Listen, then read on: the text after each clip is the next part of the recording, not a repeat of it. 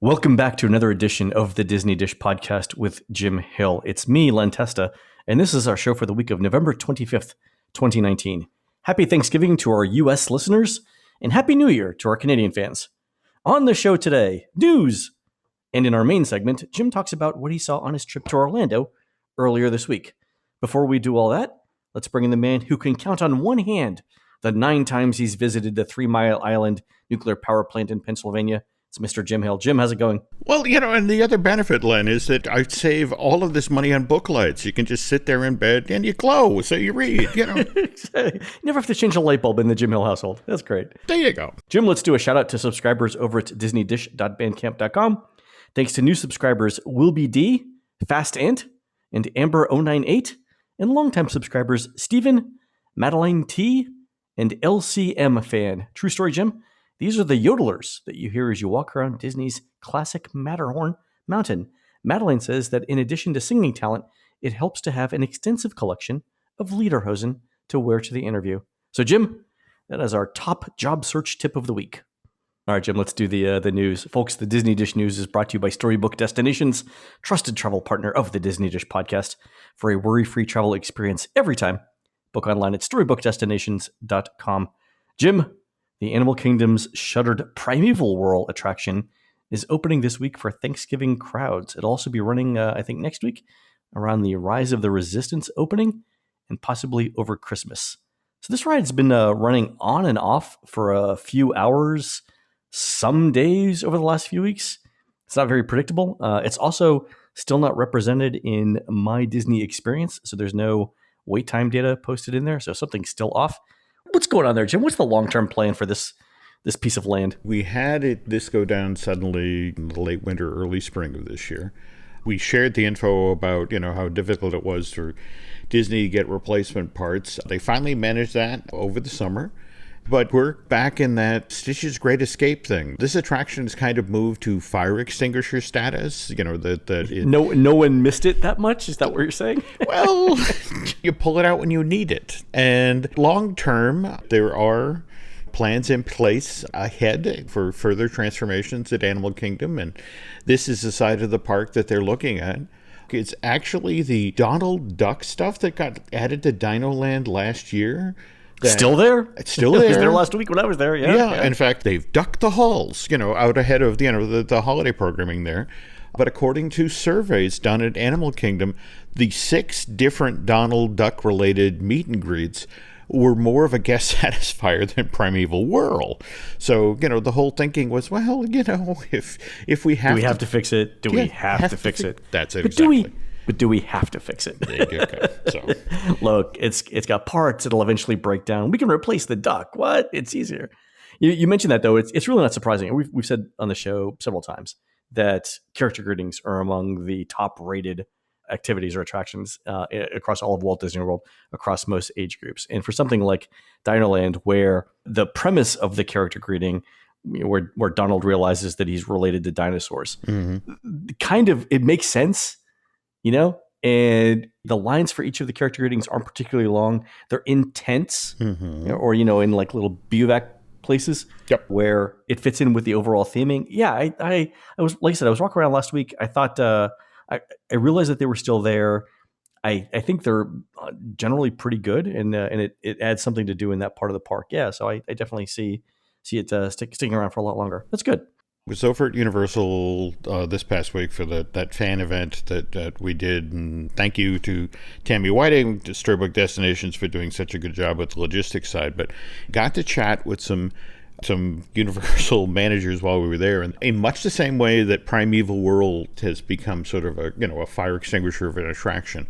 Over at that park, several other attractions have moved to what Universal calls maintain but new, do not upgrade or improve status. Fast and Furious. I'm sorry, you're saying something about something? Go ahead. Yeah, but the attractions over there that have achieved this status right now are Shrek 4D, the Fear Factor show. I can't believe it's still around. Yeah, and I'm blanking the other one. The Animal Show? Well, again, the weird thing is that, that side of the park for a while was designated where the Nintendo land was going to go in, and then suddenly that plan changed. But right. I'm just fascinated by this maintain but do not upgrade or improvement. Literally, it's just the notion of just keep that thing running until it breaks, and then we'll talk. What do you think Universal is going to do, speaking of maintenance, regarding the Simpsons ride? Because now that Disney owns Fox, is there something in the contract that says they've got to keep that up to date? That's been in place since 2008. And then we saw the upgrade for Fast Food Avenue in 2014. If you look at the same window of time, Universal built the Transformers ride and then added Fast Food Boulevard. Your two pathways to Diagon Alley, they literally created these multi-million-dollar speed bumps to slow down people from racing back to Harry Potter.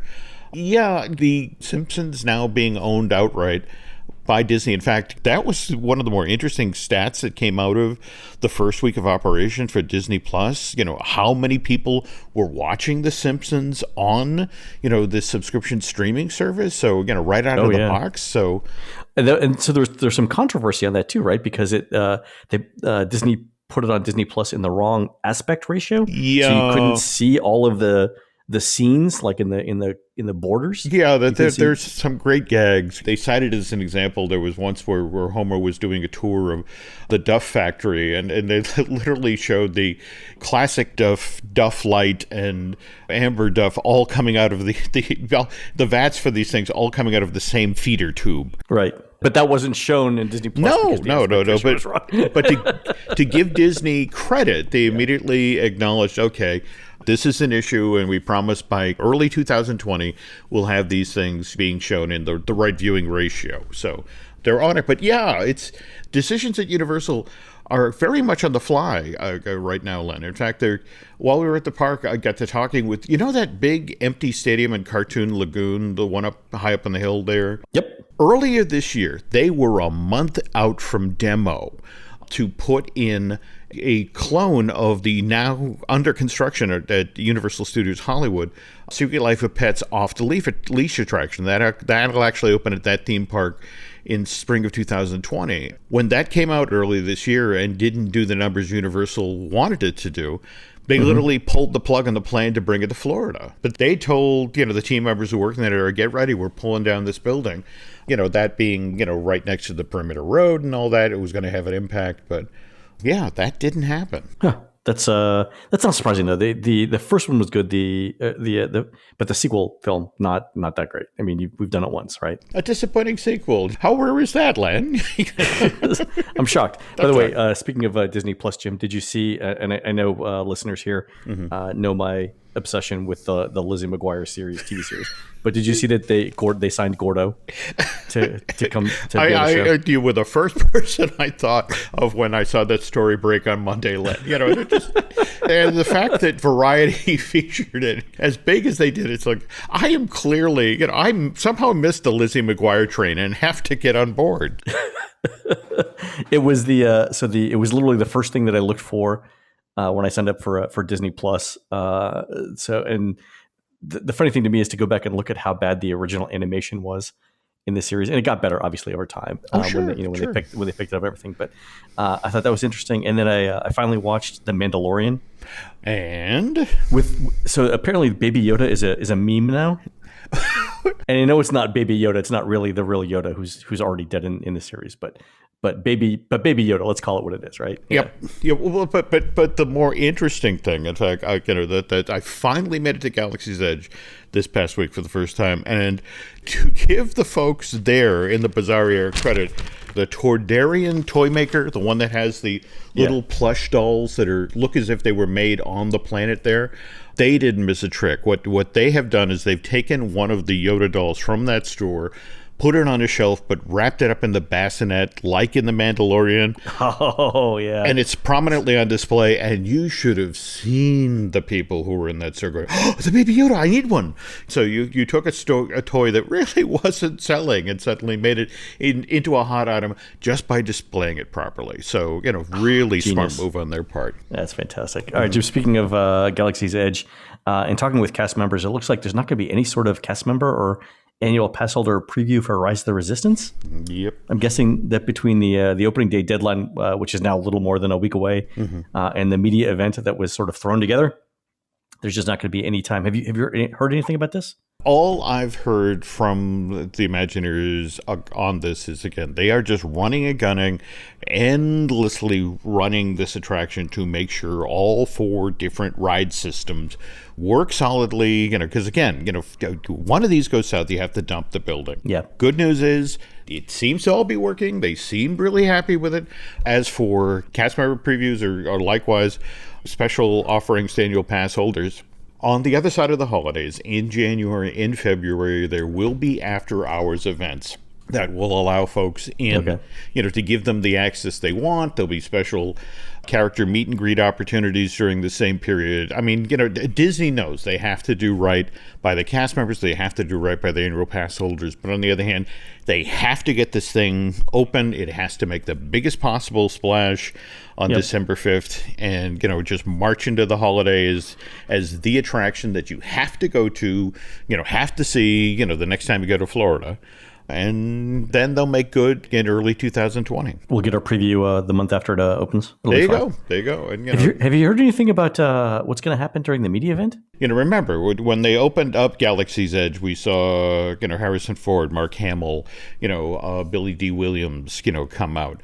Don't be surprised if this time around we see more members of the cast of the most recent trilogy, the folks that we'll be seeing in Rise of Skywalker when it opens on the 19th?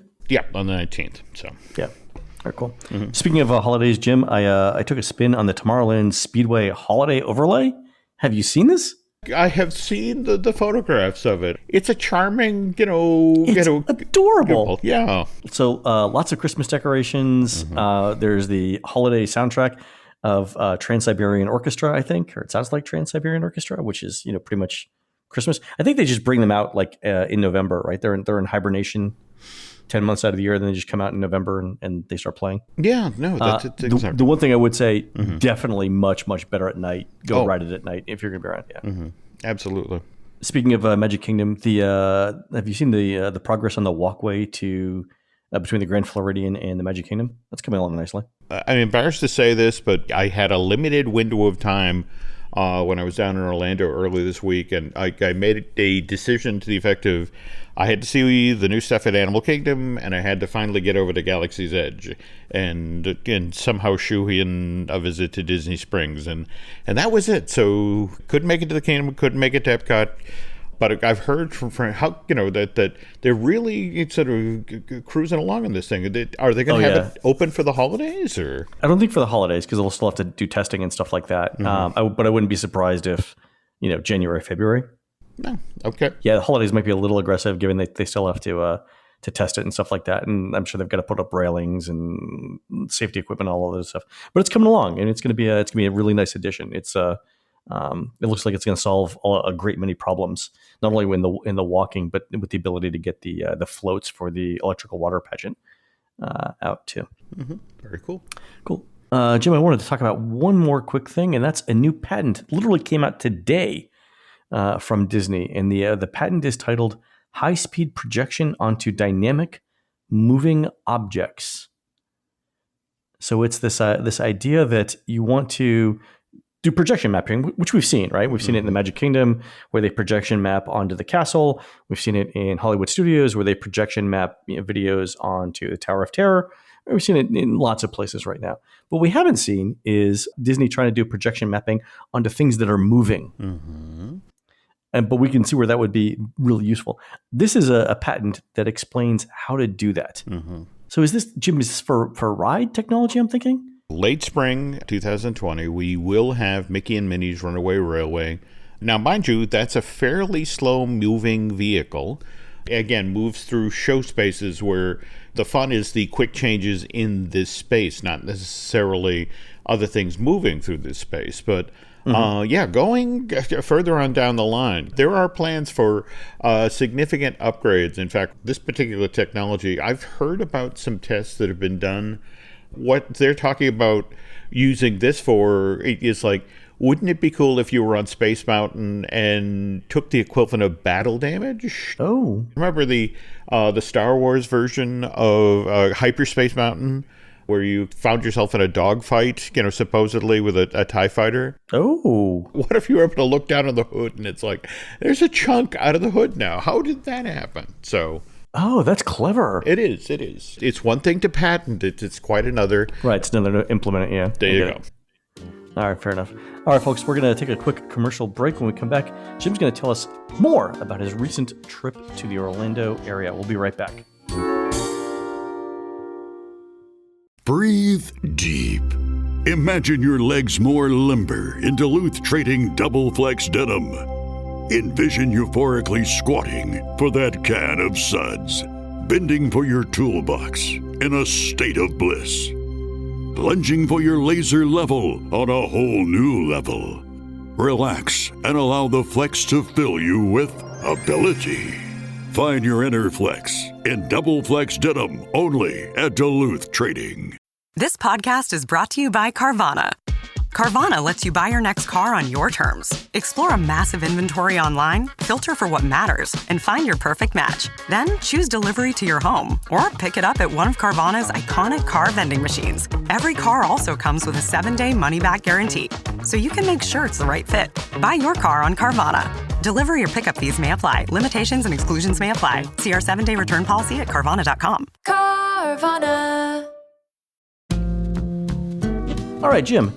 You and Dustin were at a fan event this past weekend, right? This is for your apparently you do some other podcast? Yes, Dustin Fuse and I did our Holidays at Universal event this past weekend. And like I said, thanks to Tammy Whiting and the Storybook Destination folks who handled the logistics. It was not necessarily Florida weather, Len. It was cold and gray most of the time. But, I saw that, yeah. But on the other hand, lots of folks passed along their greetings. In fact, there was one gentleman, Jim, who I ran into Sunday in the Amber Treasures jewelry store. That's in the Jurassic Park Discovery Center over at Islands, but he wanted me to pass along a hello. Yeah, howdy. Hey, Jim. Yeah. All right. But that event wrapped on Monday, and Nancy and I were flying out of Orlando later Tuesday night, so we spent the next day and a half checking out Disney World. And so since you talked about the polite pig, I have to tell you, Len, the back of my mind is barbecued Brussels sprouts.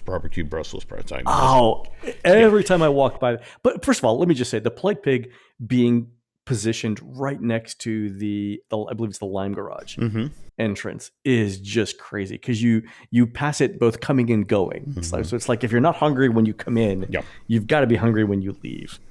It's genius. And you're right. You come right off the Lime Garage and it's right there. In fact, but what Angela's been telling me since this place opened in May of 2017, every time she's gone by, there's been this huge line. So we come off the escalator and no line. So we immediately duck in. Now, mind you, getting into the Lime Garage. Oh, you've got to do you have to do a U-turn, right? A spectacular U-turn, and then immediately get over to the right to get into that garage. But on the other hand, once you're in, you're fine. Getting over there, I got kind of turned around more to the point I went to the Orange Garage first, and Angela, being the local, is like, no, we want the Lime Garage. So we had to duck out. The Orange Garage is for suckers. Yeah, well, no, that's it exactly. So we end up back on Buena Vista Drive. We drive up to Typhoon Lagoon and turn around there. Oh, you did the turnaround right there, yeah. I swear to God, Len, a coyote the size of a Shetland pony walked in front of us. Really? I mean, this was a big, healthy animal. In fact, kind of brazen. It just sort of, it sat down by the side of the road and watched us drive by like, hey, the fat one looks tasty. Yeah. Be a shame if you had any car trouble, had to get out and change a tire, wouldn't it? Yeah, that story would have been tragic. But all right, so anyway, we go to the Polite Pig. I get the half chicken with the citrus marinade. And again, based on your review, got the barbecued cauliflower and the crispy Brussels sprouts. Nancy got the sweet potato tots as her side.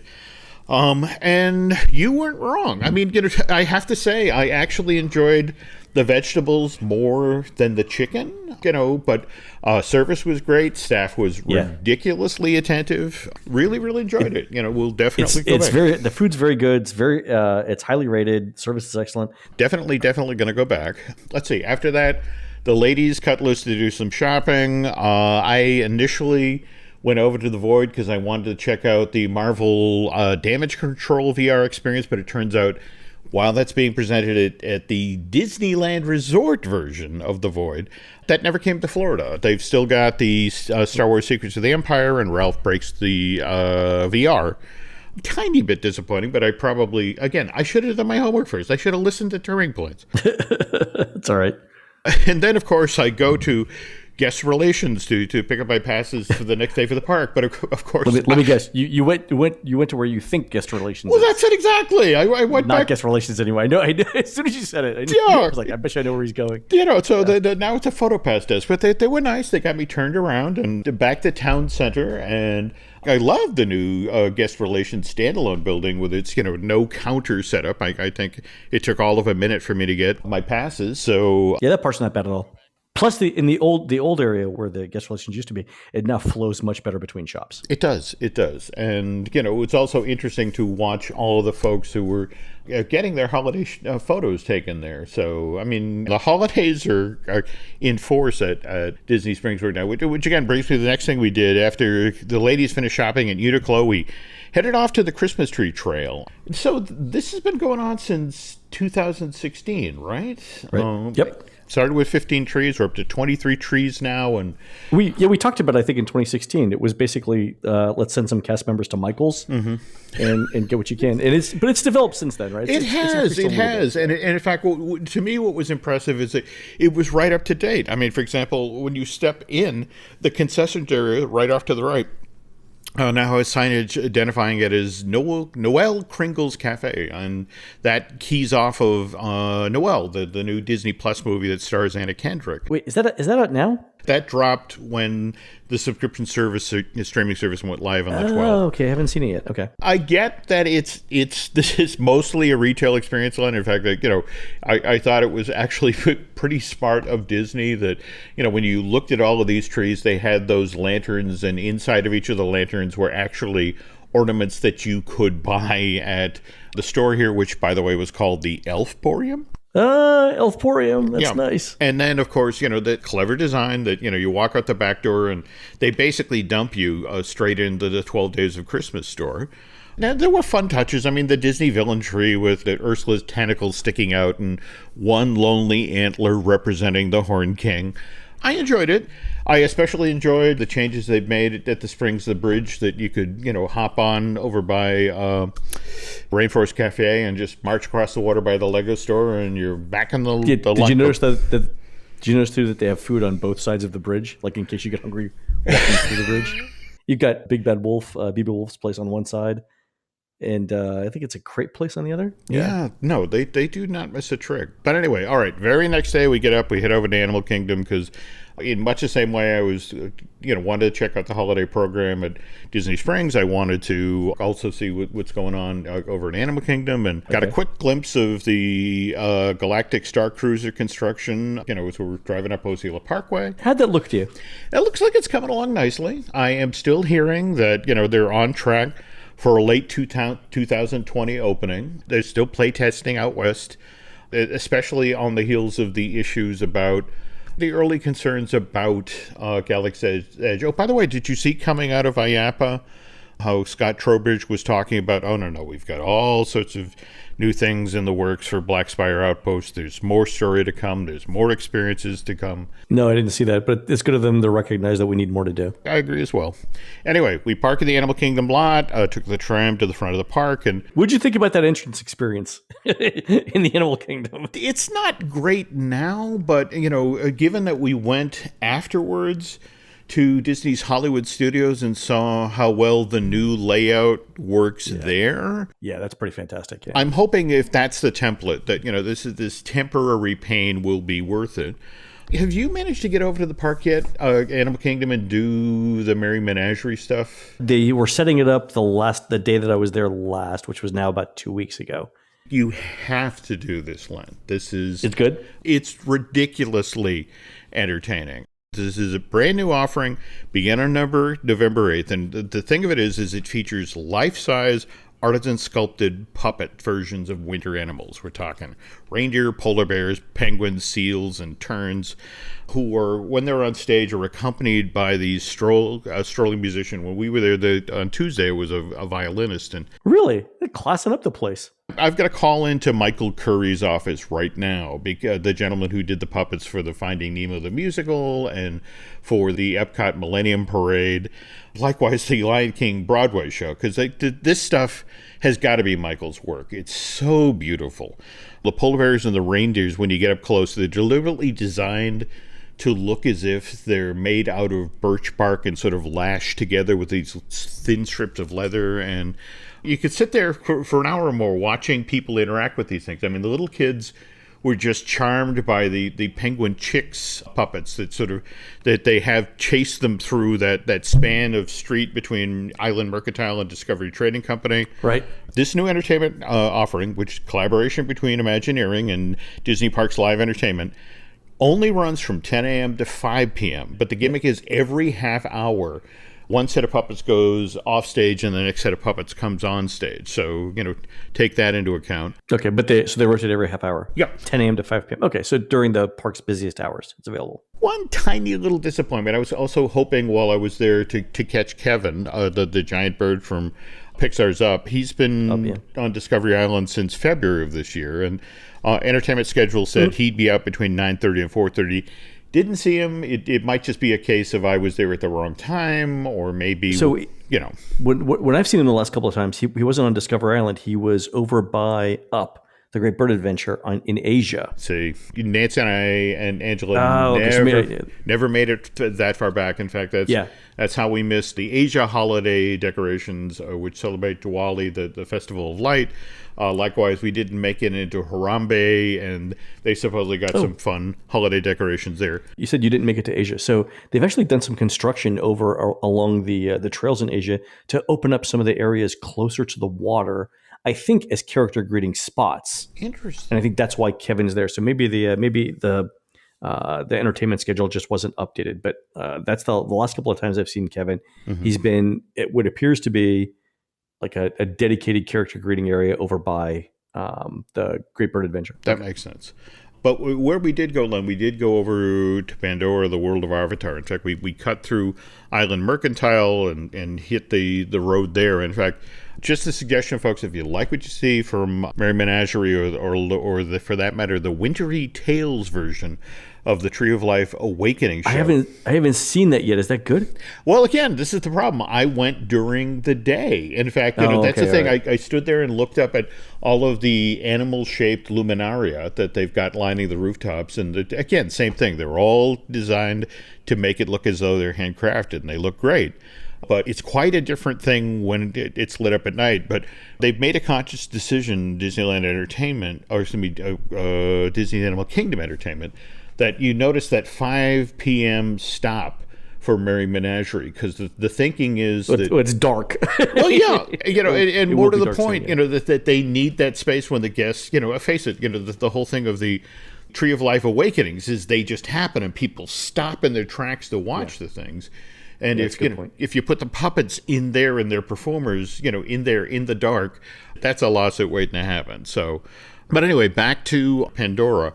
So we end up back there, and they have done some holiday decorations, but again, they've tried to stay consistent to the story. There's not a single bit of decoration on the entrance of Avatar Flights of Passage, likewise Navi River Adventure, even the Satuli Canteen, nothing there. But on the other hand, outside of Wind Traders and Pongo. Yep.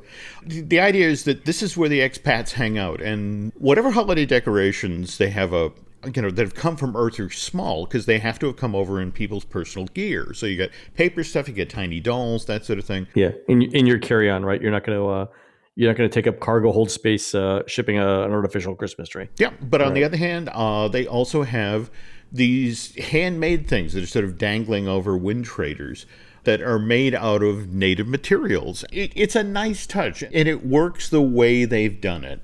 Other quick notes, Pandora's been open since May of 2017. Yep, 2017, yeah. Yeah. I was kind of surprised at how green the faux stuff still is. I thought the Central Florida sun would have burned a lot of this stuff out. No, it still looks good. It does. I walked through it. Yeah. The other thing that kind of impressed me is that the elaborate soundscape that they set up for the land. That's what I was going to say. Yeah. Which way did you go into the to Pandora? Did you go in through Discover Island? We cut through the Island Mercantile.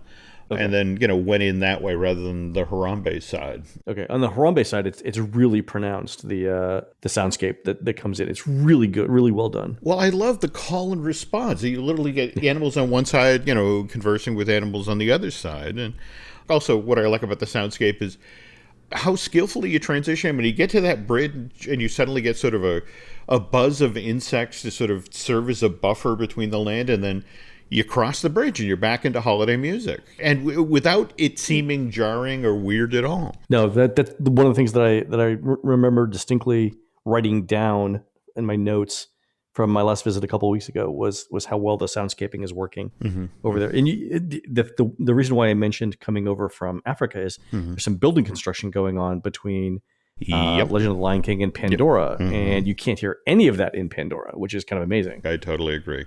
But the other thing that kind of struck me, Len, is again, and ducking back to Island Mercantile, as you enter it from the Avatar Pandora side, I was kind of intrigued to see that they're now offering a relatively small selection, but still a selection of the sort of merch that you can get at Wind Traders.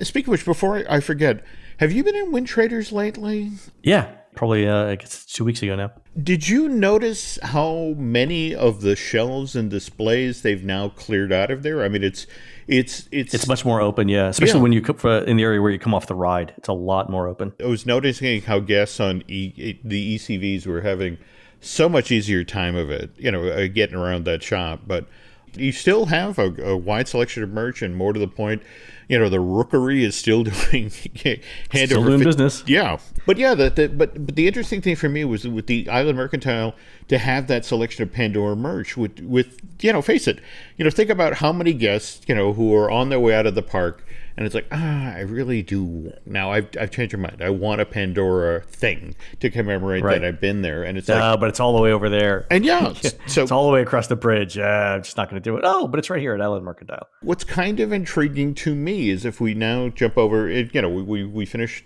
at Animal Kingdom by like 11 o'clock in the morning. We head over to the studios, and I really love this new setup at the studios where you have a sort of a dedicated security for all the folks coming off of the Skyliner and the boats and the buses. Conversely, there's another side that takes care of just the folks who are coming out from the parking lot via the tram. I mean, it's much more spread out. It's much more dispersed. I really like how they. By the way, did you ride the Skyliner? Yes, in fact, that's the very last thing we did. Now, mind you, as we're coming into the parking lot, it stopped. This is the first time we'd taken the new entrance off of Osceola Parkway. And, Angela's commenting from the back seat, maybe you shouldn't ride that on the day you're flying out. Just in case. Just in case. But by the time we got on the tram, it was running again. And, we did it as, before we ducked out of the park, or right after we ducked out of the park. And only rode it as far as the Caribbean station and got out to deliberately eyeball the other leg that heads from over to the Riviera and Epcot, and likewise the one going to Pop Century and Art of Animation. Len, I have to say I was impressed. It loaded quickly. It was smooth. I mean, it did slow down for just a moment, and it was again, the three of us all made faces like oh no, I get first dibs on the pee bag. But all of the issues that we previously talked about, the whether it needs an air conditioner. I mean, when that thing's moving along, it's breezy, it's cool, and they can close the vents too when it actually gets cold. Because I think when you were there, it was like in the low 70s, right? Well, finally on Tuesday, it had gotten up into the 60s and 70s.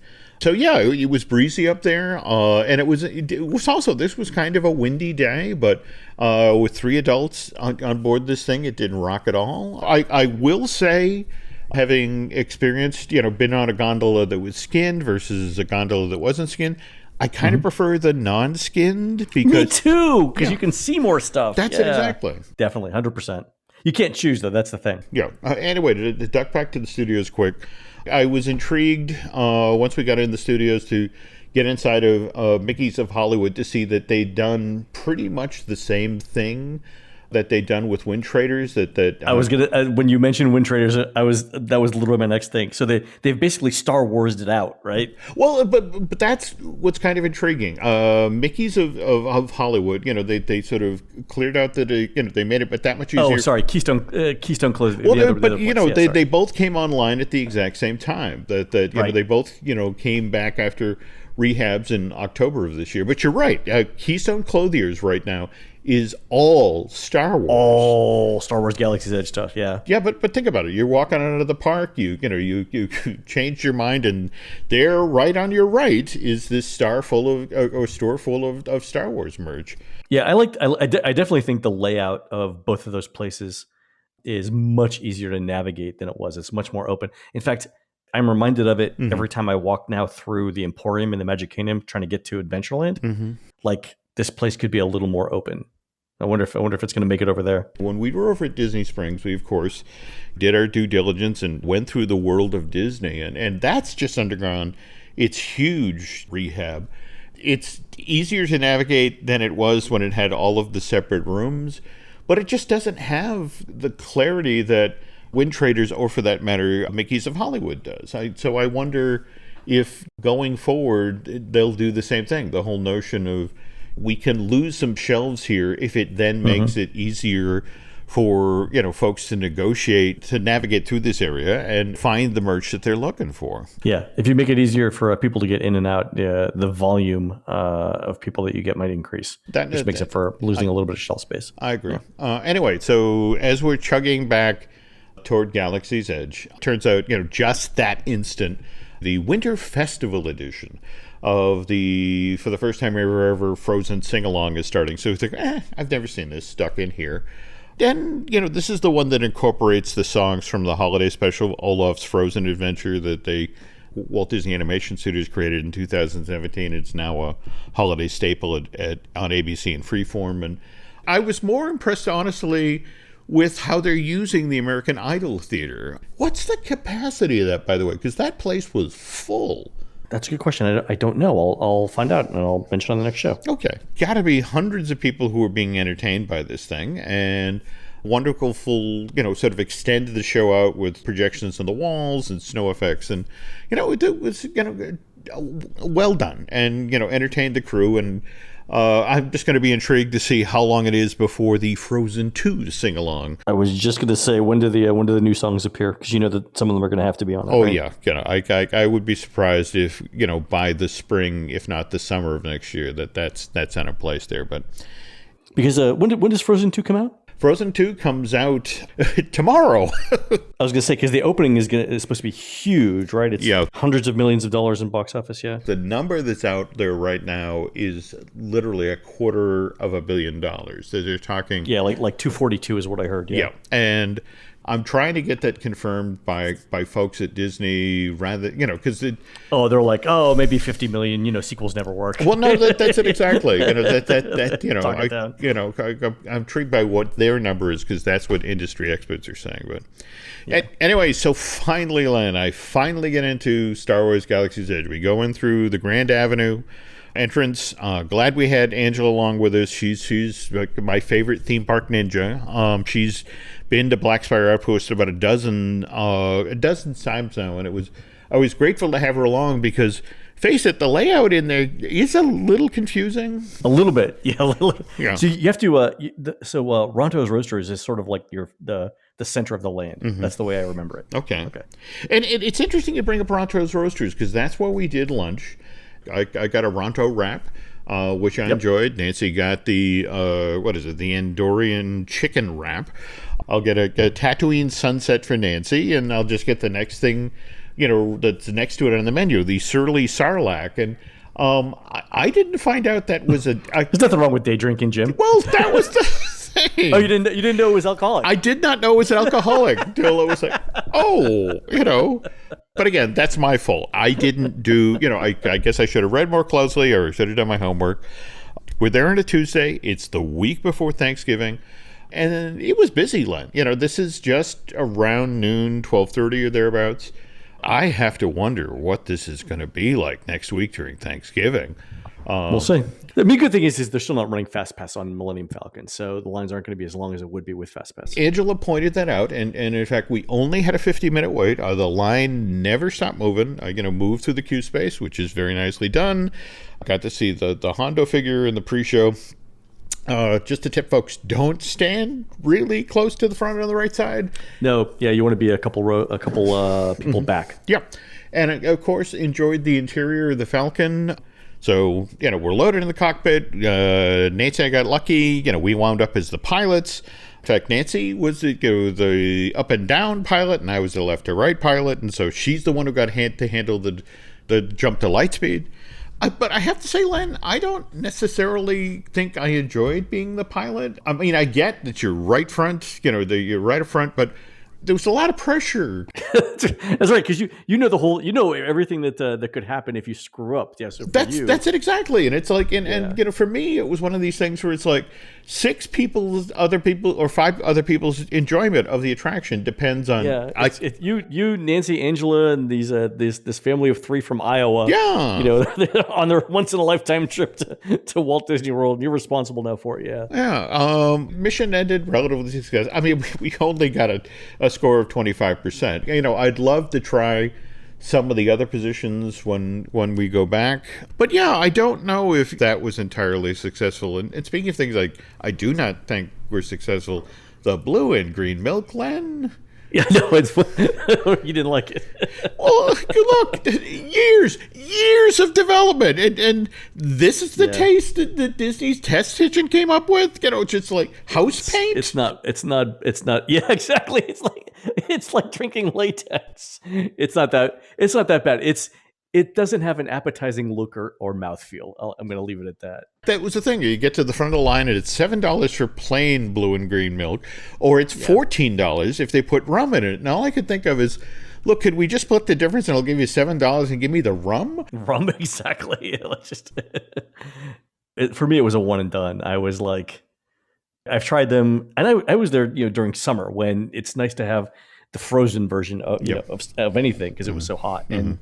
Even then, I was like, I'll just drink some water. You're not wrong with the one and done. In fact, the irony as to just having been over at Universal, and to have people in either Diagon Alley or Hogsmeade talking about, it's this time of year, I got to get my hot butterbeer. And did you know they're making butterbeer fudge? And, it's just sort of like, I know Disney wanted... Butterbeer fudge, really? Butterbeer fudge, and not to be confused with the hard pack butterbeer ice cream or the soft serve butterbeer ice cream. I'm sorry, but somebody at Disney, after all of this work, Blue Milk is a botch. Yeah, it's not great. I can't wait for new blue milk and new green milk to come out, like new Coke. Yeah.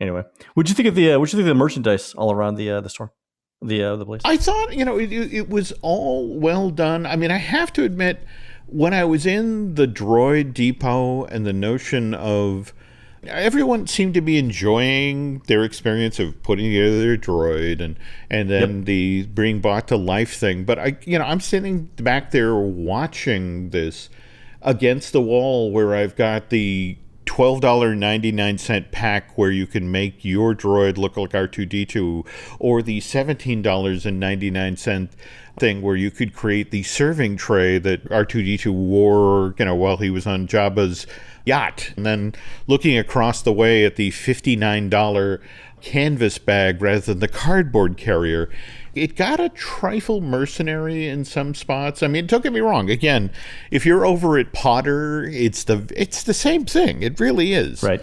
On the other hand, got to say, in the bazaar, enjoyed the Loth cat, lazing around in his cage. There was this wonderful T-shirt. In fact, Nancy bought a beautiful piece of jewelry it's a BB-8 puzzle. Oh, I haven't seen that. Yeah, I mean, look, overall, I enjoyed my time. And mind you, given that, this was a day we're flying out, didn't get to do Oga's Cantina, didn't, get into Docking Bay 7. So, Len, I have no update on the spoon situation. Didn't see Rey, did see Kylo Ren and the Stormtroopers go through, but man, Len, I rented the Chewbacca about 15 times. I think Chewbacca is running for office. Or, just It was November, Jim. well, no, that's it exactly. But he was everywhere. I think the whole whatever's being said about the not enough characters, not enough recognizable classic Star Wars characters, Disney's addressing that issue and bringing it out. Yeah. And again, just to sort of touch back on the news coming out of IAPA, the Attractions Expo at the Orange County Convention Center this week, that Scott Trowbridge sat on stage and acknowledged, there is more stuff coming, and on the other side of Rise of the Resistance, wait to see what else is coming. So that's my trip report. That's fantastic. If the Animal Kingdom tram drop-off is modeled after what they've done at the studio, that'll be incredibly helpful. It was so well designed. It was so, you looked at it and immediately knew what to do. Which, again, in a resort like Disney World, which has so many international travelers, the fact that it did something that intuitive, that smart. And again, doing all this stuff ahead of 2021 to the 50th. So so they're not only at Animal Kingdom are they doing, but remember Epcot's doing the same thing. And there's still work going on at the TTC over at the Magic Kingdom, right? Mm-hmm. So lots of new entrance experiences for everyone. Yeah. All right, folks, that's going to do it for the Disney Dish show today. Please head on over to disneydish.bandcamp.com, where you'll find exclusive shows never before heard on iTunes. We're produced fabulously by Aaron Adams, just named Grand Marshal of the 62nd Annual Hernando Christmas Parade in Hernando, Mississippi. I'm not sad I didn't get picked, so don't cry for me, Hernando. And while you're now all singing ABBA, please go onto iTunes and rate our show and tell us what you'd like to hear next. For Jim, this is Len. We'll see you on the next show.